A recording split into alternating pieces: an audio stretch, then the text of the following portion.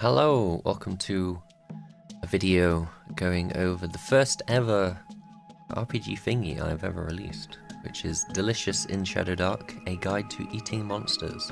So I am starting a Shadowdark campaign soon, and almost all my players are obsessed with watching Delicious in Dungeon. So I wanted to be prepared for the inevitability of them wanting to eat the monsters, so I have come up with some hopefully simple rules on how to do so. I wanted to keep in line with Shadowdark and keeping everything simple rules-wise.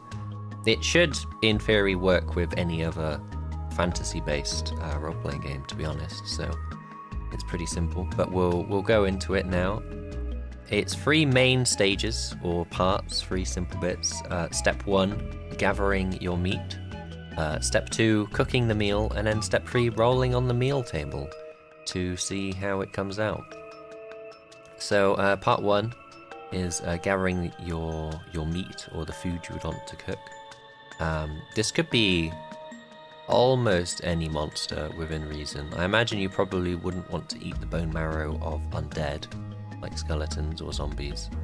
And you should probably stay away from demi-humans, or basically any race of people that the characters could play as a quick rule of thumb. But I haven't put any hard rules about that, that's up to the DM. There is a -5 to your meal table roll for every 1 day old that the food is, because, you know, you shouldn't eat rotting meat.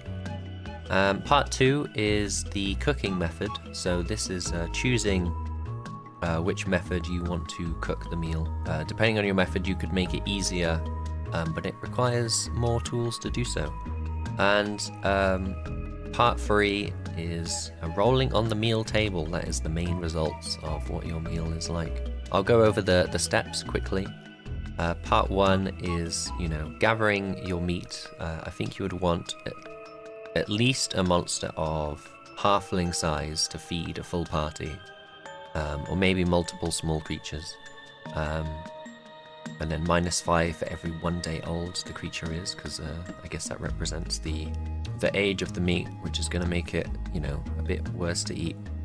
And it is done during a rest, so you need to make a campfire, have a rest, and then you can cook the meal. It's designed as an alternative to rations, or you could eat it alongside rations. I will come to that point later on. So step 2 is choosing a cooking method and rolling to cook it. It's an intelligence check, because I imagine cooking is mostly done by, you know, knowledge and intelligence. And yeah, so you basically pick the cooking method, which is probably based on what tools you have with you. You can spit roast it, which requires nothing apart from a stick, I guess. We have boiling, which requires a cooking pot, and we have frying, which requires a frying pan and oil. So the lower down you go, the meal roll bonus gets higher, and the DC gets easier. So my thinking was, the more equipment you come with, the better it is, basically. Cooking items, I've added a short table of the items. So we have the cooking pot, which is could also be used as a +1 shield. We have the frying pan, which could be used as a 1d2 damage weapon.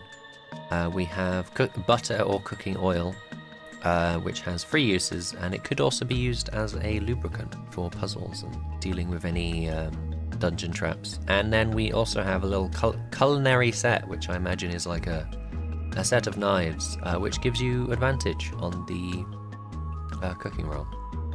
And then the main bit that everyone wants is the meal table, how the meal came out. So around the middle, it doesn't really give any bonuses, you know, basic rations. It gets progressively worse the lower you roll, so taste bad is basically treated as an interrupted rest. You roll on your con to see if you fully heal.